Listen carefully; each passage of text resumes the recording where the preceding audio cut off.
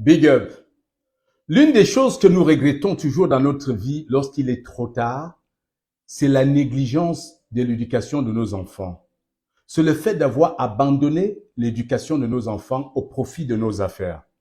Tellement nous avons couru derrière l'argent que nous avons complètement abandonné l'éducation de nos petits-enfants.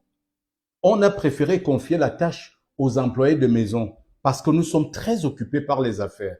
Nous sommes très occupés par nos conteneurs à dédouaner, par nos marchés publics à décrocher, par des factures, par nos fournisseurs, également par nos partenaires d'affaires. On est occupé par les dîners d'affaires, les voyages, tout ce qui rentre dans le business. L'argent nous intéresse plus que l'avenir de nos enfants. On court derrière l'argent au point d'abandonner l'avenir de nos enfants.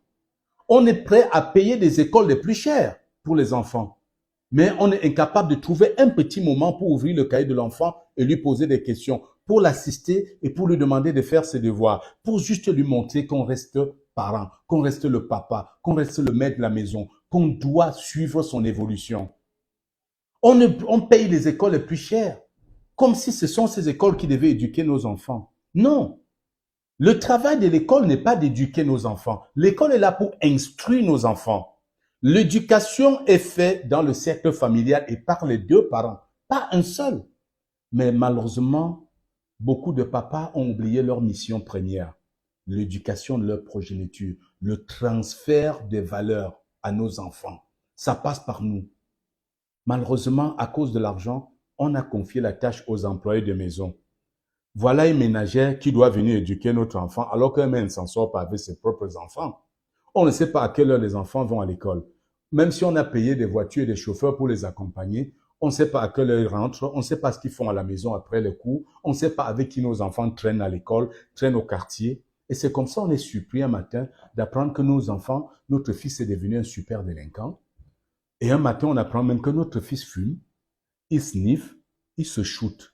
On est tellement énervé, on a la honte devant des amis, on préfère qu'on ne parle pas à haute voix. Chaque fois qu'on a voulu fonctionner nos enfants, on a invité l'enseignant à la maison, on lui a filé une petite enveloppe pour arranger l'affaire. Et chaque fois que l'enfant vient poser un problème d'école, on lui donne une petite enveloppe pour organiser son anniversaire avec ses amis. La seule éducation que nous avons donnée à nos enfants, c'est celle des mangeurs d'argent. On a appris à nos enfants comment dépenser, comment manger un argent qu'ils n'ont pas produit, comment dépenser un argent qu'ils n'ont pas produit. Ils ne savent pas comment on produit l'argent, mais ils savent dépenser. À ce chapitre aussi, il faut ajouter la situation de certaines épouses complètement abandonnées. Elles sont obligées de faire le forcing pour négocier au moins la période de fécondité avec leur mari, pour arracher un petit temps pendant la période de fécondité. Dès que la femme se fâche, elle pose un problème, on change sa voiture. Comme c'était ça l'amour, comme si elle était venue dans un foyer pour accoucher les enfants et recevoir les cadeaux. Si elle pose un problème sérieux, on dit, mais tu veux quoi? Il y a des gens qui veulent ta place, hein? Tu es là, tu as tout. Tu as les voitures, on change tes voitures tous les jours, tu te plains. Ce n'est pas ça un foyer. Les biens matériels, l'argent ne fait pas l'amour. Et c'est comme ça qu'on est surpris un jour que c'est les chauffeurs, certains employés de maison qui jouent notre rôle dans notre vie quand on est absent. Simplement parce qu'on a été tellement emporté par l'argent qu'on a mis l'argent au milieu de notre femme et nous. On a mis l'argent partout dans la maison à la place de l'amour. On a remplacé l'amour par l'argent. L'argent est devenu notre premier partenaire sentimental. On l'aime plus que nos enfants et notre épouse. L'argent est devenu un membre de la famille.